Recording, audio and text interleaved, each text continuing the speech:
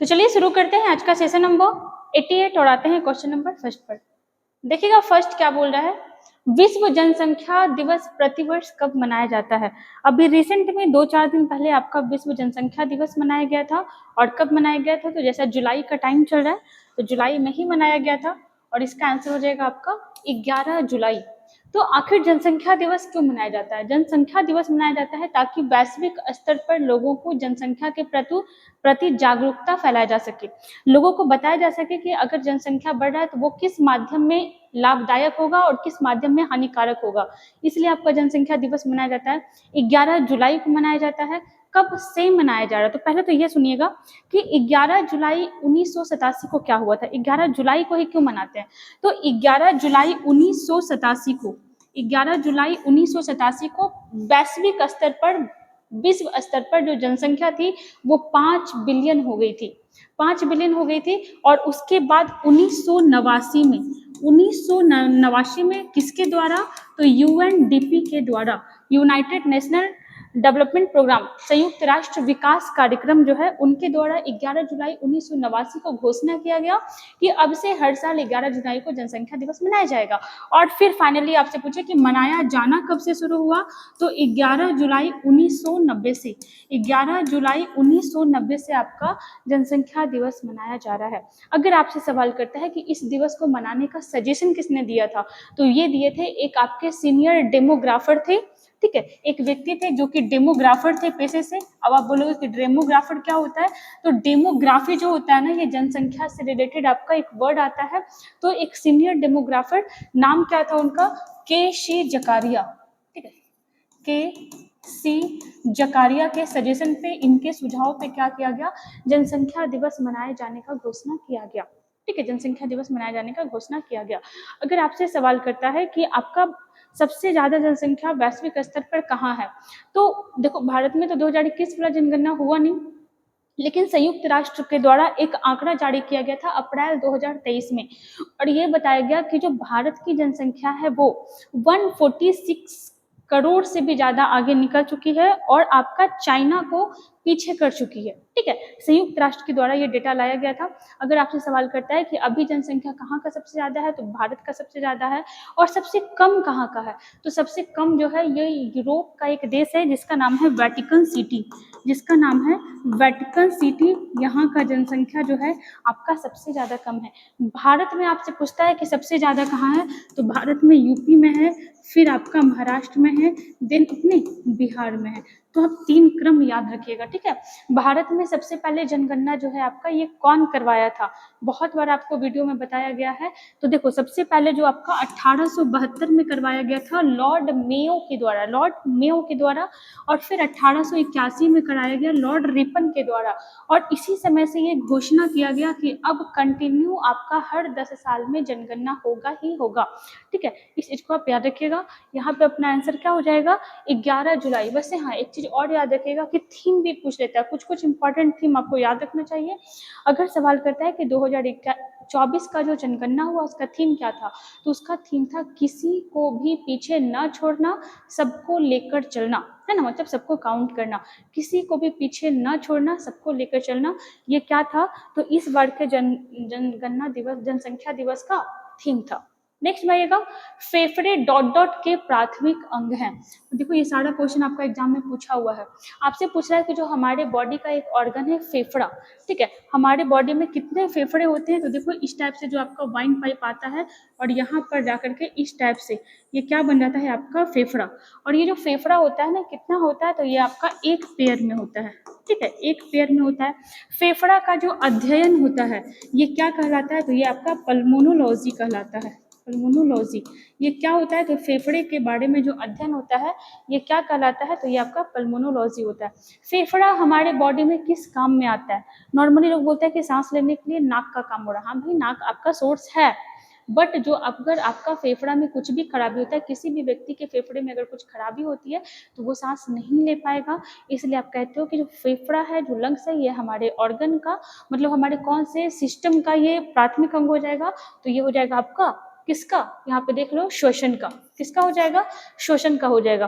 देखो हर एक जीव में ना श्वसन का जो अलग अलग ऑर्गन होता है, जैसे अगर आपसे सवाल करता है मैमल्स, हम लोग क्या है, हम लोग स्तनधारी हैं, मैमल्स, अगर आपसे बोलता है मैमल्स कह लो या एवीज कह लो, एवीज मतलब क्या हो गया, ये हो गया आपका पक्षी, ठीक है, आप मैमल्स कर लो, आप एवीज कर लो, ठीक ना, ये सारे में जो आपका श्वसन अंग होता है ये कौन सा होता है, तो ये होता है आपका लंग्स, ठीक है, ये होता है आपका लंग्स। वहीं एक और का नाम ही लेते हैं क्योंकि इसमें थोड़ा कंफ्यूजन होता है, फ्रॉग का पूछेगा तो फ्रॉग का भी क्या हो जाएगा, लंग्स। लेकिन फ्रॉग का जो बेबी होता है, फ्रॉग का जो बच्चा होता है उसको कहा जाता है टैडपोल, है ना, फ्रॉग का जो बच्चा होता है उसको कहा जाता है टैडपोल, और टैडपोल जब छोटी अवस्था में होता है ना तो वो लाइक अ फिश दिखता है, वो मछली की तरह दिखता है। तो यहाँ से आप याद रखिएगा कि मछली की तरह दिखने वाला टैडपोल, और जो मछली है ये किससे सांस लेता है, तो ये सांस लेता है किससे, गिल्स से, किससे सांस लेता है, गिल्स से। वहीं आपसे सवाल करता है रेप्टाइल, ठीक है, रेप्टाइल जो हो जाता है, जो सरीसृप होता है, ये किससे सांस लेता है, रेप्टाइल जो होता है, रेप्टाइल जिसको रेंग के चलने वाला जानवर कहा जाता है, पशु कहा जाता है, तो जो रेप्टाइल होता है ना ये आपका किससे लेता है, ये आपका सांस लेता है लंग्स से और प्लस स्किन से, किससे, त्वचा से। तो आप देखते होंगे सांप वगैरह के बारे में भी कहा जाता है कि वो आपका क्या करता है, तो आपका स्किन से रिस्पायरेशन करता है, सांस लेता है। चलिए आगे आते हैं, यहाँ पे देखना, रिंग ऑफ फायर को आप निम्नलिखित में से किस महासागर से संबंधित करेंगे, तो रिंग ऑफ फायर क्या है, इसको हिंदी में क्या कहा जाता है, अभी देखो ये नाम तो आप सुनते आए होंगे लेकिन अगर इसका हिंदी दे देंगे तो आपको पता ही नहीं चलेगा, आग की अंगूठी, आग की अंगूठी। रिंग ऑफ फायर वह क्षेत्र को कहा जाता है जहां पूरी दुनिया का लगभग 75% ज्वालामुखी वहीं पर पड़ता है, मैक्सिमम भूकंप वहीं पर आता है। बात कर रहे हैं हम लोग पूरी दुनिया का सबसे बड़ा महासागर के बारे में, और किस महासागर के बारे में बात कर रहे हैं, तो ये हो जाएगा आपका प्रशांत महासागर। तो जो रिंग ऑफ फायर जो है ये किस महासागर से संबंधित है, ये मेनली आपका ना रिंग टाइप का स्ट्रक्चर बनाता है, और इसीलिए आपको कहा जाता है कि रिंग ऑफ फायर है, क्योंकि इसका स्ट्रक्चर उस टाइप का लगता है आपका प्लेट वगैरह की वजह से। यहाँ पर सक्रिय कह लो, निष्क्रिय कह लो, बहुत सारे ज्वालामुखी यहाँ पे पाए जाते हैं, इसलिए इसको रिंग ऑफ फायर कहा जाता है। प्रशांत महासागर के बारे में याद रखिएगा। नेक्स्ट में आते हैं, अच्छा देखो एक सवाल यहाँ से क्या बनता है ना कि प्रशांत महासागर का जो शेप होता है, प्रशांत महासागर का जो शेप है ये किस टाइप का दिखता है, तो प्रशांत महासागर का जो शेप है ये आपका त्रिभुजाकार दिखता है। और अटलांटिक के बारे में भी आता है तो ये आपका एस के आकार का ये जो आपका महासागर है वो दिखता है। एकमात्र ऐसा महासागर जो किसी के देश के नाम पे रखा गया है तो वो है हमारा प्यारा भारत के नाम पे, मतलब हिंद महासागर। चलिए आते हैं नेक्स्ट क्वेश्चन में। यहाँ पे देखिएगा, विश्व का सबसे बड़ा डेल्टा निम्नलिखित में से कौन सा है, तो ये तो बहुत समय से ये क्वेश्चन देखो रिसेंट में पूछा ना, 2021 MTS में पूछा हुआ है कि विश्व का जो सबसे बड़ा डेल्टा है ये कहाँ का है, तो ये हो जाएगा आपका सुंदरवन डेल्टा। ठीक है, कहाँ है सुंदरवन डेल्टा, तो ये आपका वेस्ट बंगाल पश्चिम बंगाल में। तो देखिएगा इसका आंसर क्या हो जाएगा, देखो इरावदी डेल्टा, इरावदी नदी कहाँ बहती है, तो ये छत्तीसगढ़ में बहती है। राइन और मूर डेल्टा, गंगा ब्रह्मपुत्र डेल्टा और अमेजन डेल्टा। देखो हम लोग क्या बोल रहे थे कि आंसर क्या हो जाएगा आपका, इसका आंसर हो जाएगा सुंदरवन डेल्टा, लेकिन देखिएगा यहाँ पे सुंदरवन डेल्टा दिया ही नहीं है, लेकिन फिर भी आप ऑप्शन देख के बना सकते हो अगर आप इसको अच्छे से पढ़े होगे। सुंदरवन डेल्टा का जो निर्माण होता है किस नदी की वजह से होता है, तो गंगा और ब्रह्मपुत्र नदी की वजह से सुंदरवन डेल्टा का निर्माण होता है। तो देख लो यहाँ पे आंसर निकलेगा क्या हो जाएगा, गंगा और ब्रह्मपुत्र डेल्टा। ये डेल्टा कहाँ, डेल्टा क्या होता है, वो जो होता है ना कि नदी आ रही है बहती हुई और फिर अपने गाद को ना एक जगह पे छोड़ करके और वो नदी बह के जाकर के समुद्र या महासागर में मिल जाती है, उसी को आपका डेल्टा कहा जाता है। ठीक है, उसी को क्या कहते हैं, डेल्टा कहते हैं। तो जो आपका गंगा ब्रह्मपुत्र डेल्टा है ये मेनली कहाँ पर बनता है, तो ये आपका पश्चिम बंगाल और बांग्लादेश में बनता है। कहाँ कहाँ बनता है, पश्चिम बंगाल और आपका बांग्लादेश। बांग्लादेश नाम से आपको पता चल गया कि कौन कौन से नदी के जुड़ाव से बनता है, तो गंगा और ब्रह्मपुत्र नदी के जुड़ाव से बनता है। ठीक है, इसको सुंदरवन डेल्टा क्यों कहते हैं, क्योंकि यहाँ पर सुंदरी वृक्ष पाया जाता है, सुंदरी वृक्ष। और आपको पता है इसको ग्रीन डेल्टा भी कहते हैं, इसको और कौन सा डेल्टा कहते हैं, सुंदरी वृक्ष की वजह से इसको सुंदरवन डेल्टा कहा जाता है। इसको और क्या कहते हैं, तो ग्रीन डेल्टा भी इसको कहते हैं। ठीक ना, चलिए और देखिएगा यहाँ पे अगर और सवाल करता है इसके बारे में, यह है कहाँ, तो अगर भारत के एवरेज में देखें तो वेस्ट बंगाल। अगर बात करें वेस्ट बंगाल की जो राजधानी है कोलकाता, कोलकाता। चलो देखो यहाँ पे वेस्ट बंगाल की जो राजधानी है इसका नाम है कोलकाता। और आप एक बात बताओ कि ये जो कोलकाता है, कोलकाता का निर्माण कौन किया था? कोलकाता का निर्माण कौन किया था? तो जो कोलकाता है इसका निर्माण किया था जॉब चार्नक करके एक व्यक्ति था, अंग्रेज व्यक्ति था। इसने कोलकाता नगर का स्थापना किया था। अगर और भी देखें तो अंग्रेजों ने कोलकाता को डेवलप करने का बहुत प्रयास किया था। वो अलग बात है कि अपने फायदे के लिए, अपने लूट के लिए कर रहे थे। कोलकाता नगर का जो निर्माण हुआ था ना, वो 3 गांव को मिला करके हुआ था।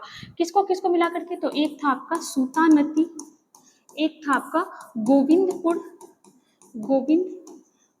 और एक था आपका कलिकाता। इन तीनों को मिलाकर के किसका निर्माण किया गया था? कोलकाता का निर्माण किया गया था। वेस्ट बंगाल, अभी वहाँ की सीएम कौन है? तो ममता बनर्जी हैं। अभी वहाँ के गवर्नर कौन है? तो ये हो जाएंगे आपके सीवी आनंद बोस। अगर आपसे सवाल करता है कि भारत का पहला मेट्रो कह लो या आपका पहला डाकघर कह लो, पहला डाकघर मतलब पोस्ट ऑफिस, इन दोनों का निर्माण कहाँ किया गया था? वेस्ट बंगाल में। और पहली बार मेट्रो कब चलाया गया था? 1984 में। ठीक ना, आंसर क्या हो जाएगा इसका? Option number C. चलो आते हैं नेक्स्ट क्वेश्चन में। देखना क्वेश्चन नंबर 5, भारत में किसी राज्य की सरकार का प्रमुख कौन होता है? 2020 एसएससी सीएचएसएल में पूछा हुआ क्वेश्चन है। सवाल कर रहा है कि भारत में राज्य सरकार का प्रमुख कौन होता है? तो देखो आप ना कंपेयर करो केंद्र सरकार और आपका राज्य सरकार। तो जैसे आपका केंद्र सरकार में क्या होता है? केंद्र सरकार में मतलब नियम के अनुसार ऑफिशियली रूप से जो प्रमुख होता है वो राष्ट्रपति होता है, लेकिन रियल में पावर किसके पास होता है? वो आपका प्रधानमंत्री के पास होता है। सेम चीज होता है आपका राज्य में नाम मात्र का जो प्रमुख होता है वो कौन होता है? राज्यपाल होता है। और रियल में जो प्रमुख होता है वो कौन होता है? मुख्यमंत्री। और एक चीज और याद रखिएगा कि राज्यपाल जो होता है ना, वो क्या होता है? तो वो केंद्र सरकार का प्रतिनिधि होता है राज्य में बैठा हुआ।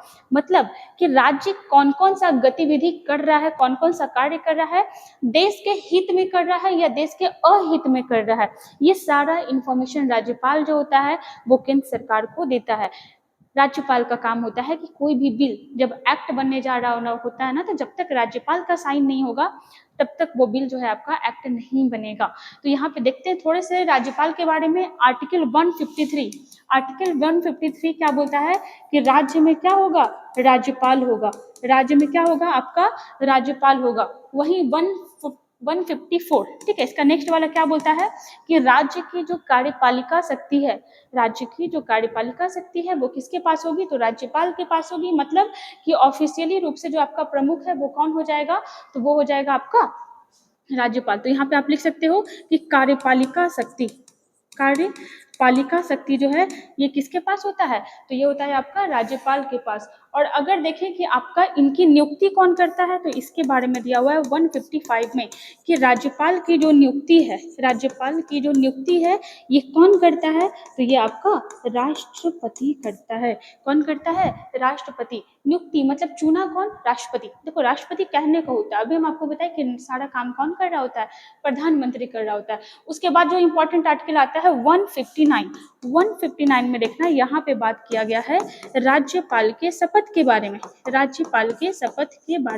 अच्छा एक बात बताओ, भारत में 28 राज्य हैं, 8 यूटी हैं, तो क्या पॉसिबल है कि राष्ट्रपति जाएगा? और चूंकि राज्यपाल ना कभी भी चेंज हो सकता है, ये राष्ट्रपति के प्रसाद पर्यंत होता है, तो पॉसिबल नहीं है कि सारे राज्यपाल को शपथ राष्ट्रपति दिलाएगा। इसलिए नियुक्ति तो राष्ट्रपति के द्वारा की जाती है, बट शपथ कौन दिलाएगा? तो शपथ दिलाया जाएगा उस राज्य के मुख्य न्यायाधीश के द्वारा। जैसे मान लो अपने बिहार में राज्यपाल कौन है अभी? तो राजेंद्र विश्वनाथ अर्लेकर साहब। तो इनको शपथ कौन दिलाया होगा? इनको नियुक्ति तो राष्ट्रपति के द्वारा मिली होगी, बट इनको शपथ कौन दिलाया? तो पटना हाईकोर्ट के मुख्य न्यायाधीश अभी हैं कौन? तो के विनोद चंद्रन। कहने का मतलब यही हुआ कि उस राज्य के मुख्य न्यायाधीश जो है राज्यपाल को क्या करते हैं? शपथ दिलाते हैं। तो याद रखिएगा कि राज्यपाल का जो शपथ है वो कौन दिलाता है? तो राज्य का मुख्य न्यायाधीश। आप समझ रहे हो मुख्य न्यायाधीश कहने का मतलब? मुख्य न्यायाधीश कहने का मतलब हो गया कि उस राज्य में जो हाई कोर्ट होगा वहां का मुख्य न्यायाधीश। ठीक ना। एक दो आर्टिकल और देख लो, जैसे आर्टिकल 161 और 213, ये दोनों आर्टिकल बड़ा इंपॉर्टेंट है। आर्टिकल 161 क्या बोलता है? आर्टिकल 161 ये बोलता है कि राज्यपाल के पास एक शक्ति है। कौन सी शक्ति है? तो ये है आपके क्षमादान की शक्ति। क्षमादान, जो आप पढ़ते हो कि राष्ट्रपति के पास भी ये शक्ति होती है, किसी भी सजा को माफ करने का शक्ति राज्यपाल के पास भी होता है, लेकिन हाँ राष्ट्रपति से थोड़ा कम होता है। मतलब कि राज्यपाल फांसी की सजा, मृत्युदंड को माफ नहीं कर सकता है। उसके बाद एक और दिखेगा आर्टिकल 213। वैसे आप यहाँ पे एक बात मानो ना, तो आप दोनों याद रखो एक साथ, 213 123। 213 में क्या है, राज्यपाल के अध्यादेश के बारे में बात किया जाता है। राज्यपाल के अध्यादेश, या फिर इसी के लिए एक अंग्रेजी वर्ड है ऑर्डिनेंस, ऑर्डिनेंस के बारे में बात किया जाता है। यहाँ पर क्या है कि आप ना अभी यहाँ पे एक्सप्लेन नहीं किया जा सकता है, बहुत लंबा चला जाएगा। अध्यादेश मतलब आप कह लो ना टेम्प्रोरी कानून, कुछ समय के लिए कानून, मैक्सिमम 6 माह तक वो कानून इम्प्लीमेंट हो सकता है, उसके बाद फिर नहीं होगा, और जब तक विधानमंडल से वो आपका सर्वसम्मति से पारित ना हो जाए। तो 213 में राज्यपाल के अध्यादेश के बारे में चर्चा किया गया, और 123 में किसके अध्यादेश के बारे में चर्चा किया गया है, ये आप बताना। ठीक है, चलो एक चीज और यहाँ से रिलेटेड आप एक चीज और याद रखिएगा कि 7वां संशोधन 1956 के द्वारा ये बताया गया कि कोई भी एक राज्यपाल जो है ये एक या एक से अधिक राज्यों का राज्यपाल एक समय में हो सकता है। 7वां संशोधन 1956 के द्वारा यह बताया गया कि एक ही राज्यपाल एक से अधिक राज्यों का राज्यपाल के रूप में कार्य कर सकता है। जैसे अभी देखो झारखंड के कौन थे, सीपी राधाकृष्णन, ये अभी अतिरिक्त प्रभार संभाले हुए हैं। कहाँ का प्रभार संभाले हुए हैं, तो ये शायद तेलंगाना के प्रभार संभाले हुए हैं। तो ऐसा होता है कि अतिरिक्त कार्यभार संभाला जाता है। ये 7वां संशोधन 1956 के द्वारा किया गया। अच्छा, यहाँ पे एक सवाल बन सकता है कि अगर एक ही व्यक्ति है और वो 2 राज्यों का राज्यपाल है, तो उसको सैलरी कहाँ से मिलेगा, उसको सैलरी कौन सा राज्य देगा, ए राज्य देगा या बी राज्य देगा। तो ये राष्ट्रपति के सर्वसम्मति से डिस्कस होता है, और दोनों राज्य को मिला करके भी उनको सैलरी दिया जा सकता है, या फिर आपका सिंगल भी दिया सकता है, ये राष्ट्रपति पर डिपेंड करता है। ठीक ना, चलो अपना आंसर क्या हो जाएगा, ये हो जाएगा आपका राज्यपाल। हमारे बिहार के राज्यपाल कौन है भी, राजेंद्र विश्वनाथ अर्लेकर। हमारे बिहार के पहले राज्यपाल कौन रहे थे, जयराम दास दौलतराम। हमारे बिहार के पहले अंग्रेज राज्यपाल कौन रहे थे, जेम्स शिफ्टन। बीपीएससी में पूछा हुआ क्वेश्चन है। चलो आ जाओ आगे। देखो निम्नलिखित में से कौन सा युग में सही सुमेलित है, आर्टिकल दिया है और आपको सही बताने बोल रहा है। आप जो भी आर्टिकल देख पा रहे हो कहाँ से कहाँ तक है, 17, 14, 15, 19, मतलब आपका बात कर रहा है मौलिक अधिकार का। जब आप संविधान का भाग 3 उठाते हो, और इस भाग 3 के अंतर्गत कितने आर्टिकल आते हैं, तो ये आता है आपका 12 से 35, जिसमें 12 में राज्य की परिभाषा बताई गई है, और 13 में अल्पीकरण बताया गया है। मतलब कोई भी कानून जो सही नहीं है हमारे लिए, हमारे नागरिकों के लिए, उसमें सुप्रीम कोर्ट हस्तक्षेप करके उसको हटा सकता है। मतलब आप कह लो कि 14 से लेकर के कंटिन्यू मौलिक अधिकार के बारे में ही चर्चा किया गया है। और चलो देखते हैं यहाँ पे आगे।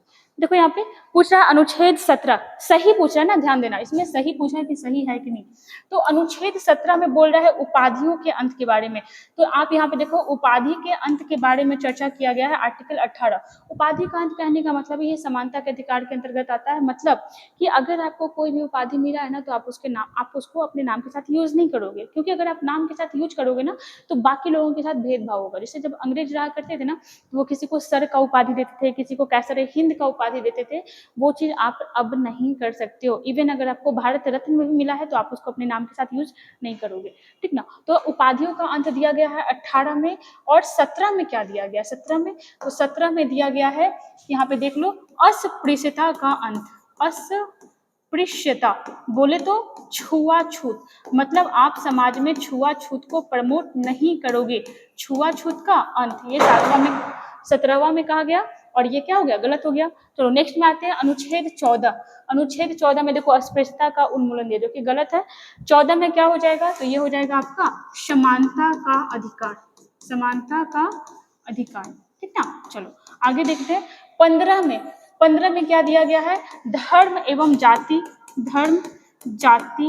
लिंग के आधार पर, लिंग के तथा जन्म स्थान भी कर लेना, धर्म जाति लिंग के आधार पर भेदभाव नहीं होगा, भेदभाव नहीं होगा। ठीक ना, चलो तो सारा तो गलत ही निकलते जा रहा है ना। शोषण के विरुद्ध अधिकार, ये आपका कहाँ से कहाँ में दिया हुआ है, तो ये आपका 19 से लेकर के अपनी 19 नहीं, चलिए यहाँ पे देखिएगा, देखो शुरुआत से एक बार बताते हैं। 14 से लेकर के 18 के बीच समानता का अधिकार है। फिर 19, ठीक ना, शोषण के विरुद्ध दे रहा ना आपका 19, 20, 21, ठीक ना, 19, 20, 21 से जो है आपका ये हो जाएगा आपका स्वतंत्रता का अधिकार। 19, 20 जो है आपका ये हो जाएगा स्वतंत्रता, 21 भी हो जाएगा आपका स्वतंत्रता, 21 क्या 22 तक हो जाएगा, 19 से लेकर के 22 तक का हो जाएगा स्वतंत्रता का अधिकार। 23 और 24 के बीच होता है शोषण के विरुद्ध अधिकार। 25 से 28 के बीच होता है धार्मिक स्वतंत्रता का अधिकार। 29 और 30 के बीच होता है आपका शिक्षा एवं संस्कृति का अधिकार। 31 में होता था संपत्ति का अधिकार, जो कि खत्म कर दिया गया। तो 19 ना आया, चलो 19 से 22 के बीच स्वतंत्रता के अधिकार के बारे में चर्चा किया गया। चलो देखते हैं यहाँ पे 19 में बताया जा रहा है वाक्य स्वतंत्रता संबंधी विशिष्ट अधिकार। तो बहुत अजीब सा लैंग्वेज दे दिया, सुनो फिर से यहाँ पे। 19 में दिया गया वाक्य एवं अभिव्यक्ति की स्वतंत्रता। 19 में क्या दिया गया है, 19 में दिया गया है वाक्य एवं अभिव्यक्ति की स्वतंत्रता, जिसके तहत क्या हो जाएगा, एक सेकंड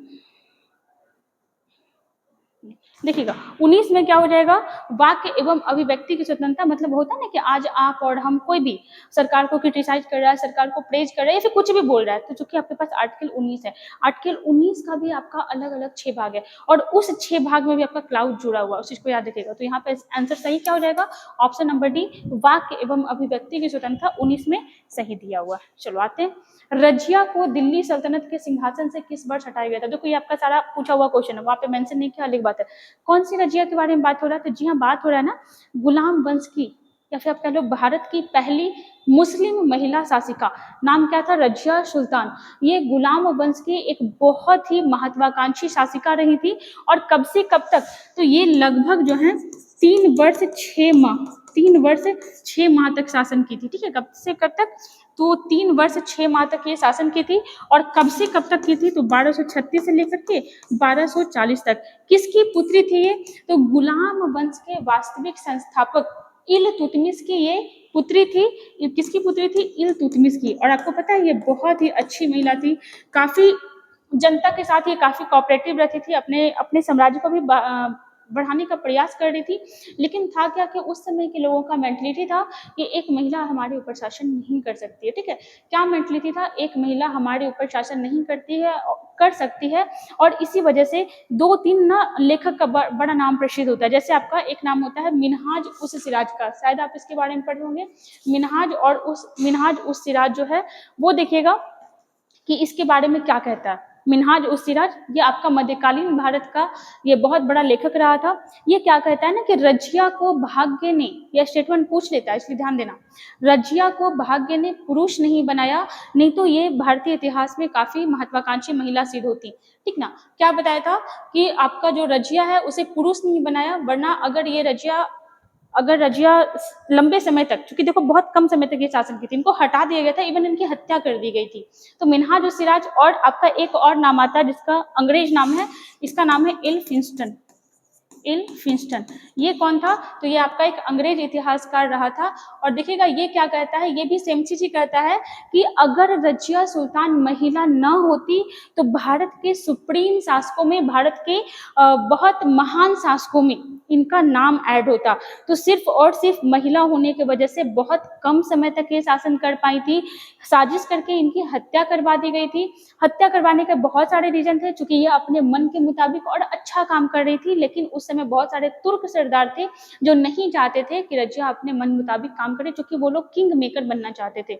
ये पुरुषों की तरह कुबा बोले ना, वो जो होता है ना आपका पुरुषों टाइप का ड्रेस जो होता है, टोपी होता है, वो जो आपका लड़कों का ड्रेस होता है, वो पहन के आती थी। तो लोग उस चीज को बेयर नहीं कर पा रहे थे कि एक महिला होकर कैसे हमारे ऊपर शासन कर सकती है, हमेशा सर्वोच्च पद पे बैठ सकती है।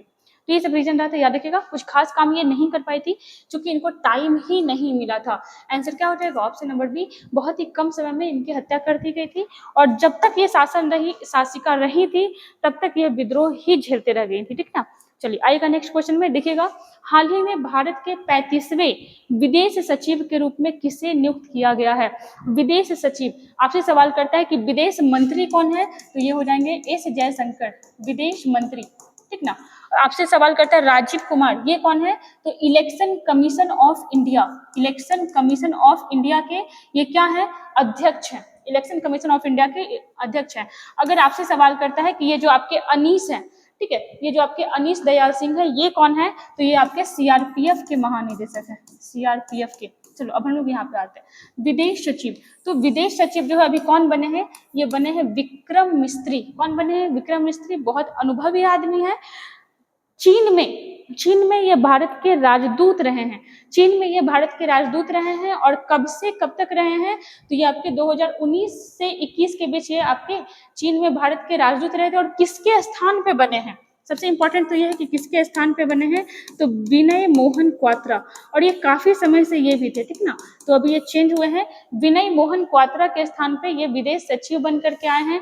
और अगर सवाल करता है कि सबसे पहले वाले विदेश सचिव कौन थे, सबसे पहले वाले, तो देखना एक मेनन करके आदमी थे, KPS मेनन, ये हैं जो भारत के पहले आपके विदेश सचिव थे। इस चीज को याद रखिएगा। आंसर हो जाएगा ऑप्शन नंबर ए। देखिएगा, भारत सरकार द्वारा प्रोजेक्ट पारी कहाँ लॉन्च किया गया है। प्रोजेक्ट पारी को जब आप इंग्लिश में लिखते हो तो देखो आप इस टाइप के लिखोगे, प्रोजेक्ट पारी। और देखो पारी से यहाँ पे आपको क्या निकलेगा, पारी से हो जाएगा आपका यहाँ पे पब्लिक आर्ट ऑफ इंडिया, ठीक ना। इसको चलो कैपिटल में कर देते हैं। देखो पारी का मतलब हो जाएगा पब्लिक आर्ट ऑफ इंडिया। ये आपका क्यों चलाया जा रहा है, तो प्रोजेक्ट आपका अभी चलाया जा रहा है। और कहाँ चलाया जा रहा है, तो भारतीय राजधानी न्यू दिल्ली में चलाया जा रहा है। क्यों, ताकि दिल्ली को डेवलप किया जा सके। देखो दिल्ली की हालत बड़ी खराब हो गई इसमें बरसात में, आपका भारत मंडपम बना था और भी बहुत कुछ बने थे, सारे पानी में लबालब हो गए हैं। तो उसकी स्थिति खराब हो रही है भारत को। और दिल्ली को तो डेवलप रहना भी चाहिए ना, बिकॉज वो भारत की क्या है, राजधानी है। तो उसको डेवलप करने के लिए आपका प्रोजेक्ट पारी शुरू हुआ है, जो आपका आर्ट से संबंधित है। जैसे आपके देखते हो ना, ये अपने बिहार का मधुबनी, आप देखते होगे पटना जाते होगे ना, तो आप देखते होगे कि पूरे स्टेशन पे मधुबनी जो चित्रकला होता है, मिथिला चित्रकला जो होता है, वो पूरा बना हुआ है। तो वही आर्ट यूज किया जाएगा दिल्ली में प्रोजेक्ट पारी के तहत। अगर बात करें दिल्ली के बारे में, तो भारत की राजधानी दिल्ली से पहले कहाँ थी, तो दिल्ली से पहले भारत की राजधानी कलकत्ता हुआ करती थी। लेकिन 1911 के घोषणा के बाद 1912 में भारत की राजधानी न्यू दिल्ली को बना दिया गया था, ठीक है ना। किसको बना दिया गया था, न्यू दिल्ली को। देखो दो क्वेश्चन में ना बच्चा बड़ा कंफ्यूज होता है, एक होता है आपका इंडिया गेट और एक होता है आपका गेटवे ऑफ इंडिया। जो आपका इंडिया गेट है ये कहाँ है, तो ये है आपका न्यू दिल्ली में, ठीक ना, ये है आपका न्यू दिल्ली में। और जो आपका गेटवे ऑफ इंडिया है ये कहाँ है, तो ये है आपका मुंबई में, ठीक ना। ये कहाँ है आपका, ये है आपका मुंबई में। इस चीज को याद रखिएगा। आंसर क्या हो जाएगा, तो आंसर हो जाएगा ऑप्शन नंबर ए। अगर आपसे पूछता है बेंगलुरु, तो बेंगलुरु में किसी का मुख्यालय है, बेंगलुरु में आपका इसरो का मुख्यालय है, ठीक है। किसका मुख्यालय है, इसरो का, जो आपका अंतरिक्ष से रिलेटेड वर्क करता है। आपके लिए ये सवाल छोड़ के जा रहे हैं, आप बताना लखनऊ में ना एक बैंक का मुख्यालय है, किस बैंक का मुख्यालय आपका लखनऊ में पड़ता है। और अगर बात करें गुवाहाटी का, तो ये कहाँ का एक शहर है, ये आपका असम का एक शहर है। किस लिए प्रसिद्ध है, तो यहाँ आपका अम्बुबाची मेला लगता है, अम्बुबाची मेला। और अम्बुबाची मेला बेसिकली एक मंदिर में लगता है। कौन सा मंदिर है वो है आपका विश्व प्रसिद्ध कामाख्या मंदिर। कामाख्या मंदिर कहाँ है, ये गुवाहाटी में है। वैसे असम का अगर कैपिटल का बात करें तो ये क्या हो जाएगा, ये हो जाएगा आपका दिसपुर। और पहली बार नॉर्थ ईस्ट जो राज्य है वहाँ अभी पहली बार किसका निर्माण हुआ है, तो एम्स का निर्माण हुआ है, एम्स का। और ये एम्स कहाँ बना है, तो ये आपका गुवाहाटी में ही बना है, इस चीज को याद रखिएगा, ठीक है। इससे पहले नॉर्थ ईस्ट में एक भी एम्स नहीं हुआ करता था, वहाँ के लोग इलाज के लिए दिल्ली या फिर इधर के कहीं कोई दूसरे एम्स में आते थे। नेक्स्ट में आइएगा, देखिएगा क्वेश्चन नंबर 10, गुर्दे की पथरी डॉट डॉट से बनी होती है। गुर्दा कहाँ होता है हमारे बॉडी में, तो गुर्दा, इसको इंग्लिश में किडनी कहते हैं। किडनी जो होता है हमारे फ्रंट साइड में नहीं होता है, पीछे साइड होता है। और ये आपका जस्ट कमर के पास होता है, मतलब आप कह लो जस्ट लाइक स्टमक के पीछे होता है। और ये आपके पैर में होते हैं, जैसे अभी हम लोग देखें लंग्स आपका पैर में होता है ना, वैसे आपका किडनी भी पैर में होता है। और यहाँ पे बोल क्या रहा है, पथरी। तो आखिर बॉडी में पथरी कैसे बन जाता है, आखिर आप क्या खा लेते हो कि बॉडी में पथरी बन जाता है। तो देखो नॉर्मली वही सब चीज होता है। अगर आपका खाना डाइजेस्ट बढ़िया से हो रहा है तो आपको कोई बीमारी नहीं होगा, बट अगर डाइजेशन में प्रॉब्लम हुआ और वहीं से बीमारी शुरू हो जाती है। हम लोग बहुत सारे मिनरल्स खाते हैं, जैसे आपका कैल्शियम हुआ, सोडियम हुआ, खाते हैं ना, जैसे दूध पिए तो उसमें कैल्शियम है, आप नमक खा रहे हो उसमें आपका सोडियम है। तो वो सारा जब खनिज पदार्थ जो, वो सारे मिनरल्स जो अगर सही से डाइजेस्ट नहीं हो पाते हैं, और हमारे बॉडी में और भी बहुत कुछ आपका एसिड वगैरह होता है, और सारे जब एक जगह जमा हो जाते हैं हमारे बॉडी में चिपक जाते हैं ना, वही जाकर के क्या बन जाता है, आपका वही जाकर के पथरी बन जाता है, फिर आपका किसी का इलाज से ही ठीक हो जाता है, किसी का ऑपरेशन करवाना पड़ता है। तो मेनली ध्यान ये रखना है कि अगर डाइजेशन हो रहा है तब ये प्रॉब्लम नहीं होगा, डाइजेशन में प्रॉब्लम हो रहा है तभी ये बीमारी होती है। तो नॉर्मल इसका आंसर बस याद रखिएगा, कैल्शियम ऑक्जेलेट। ठीक है, क्या हो जाएगा, कैल्शियम ऑक्जेलेट। किस वजह से होता है, तो आपका खनिज उनिज के बॉडी में जमा हो जाने से होता है। ठीक है, इसलिए ज्यादा चीज का सेवन नहीं करना चाहिए। चलिए 10 क्वेश्चन कंप्लीट हुआ बस फैक्ट के साथ। वैसे बने रहिए हमारे साथ, वीडियो अच्छा लगता है तो लाइक करिएगा। मिलते हैं फिर नेक्स्ट वीडियो में।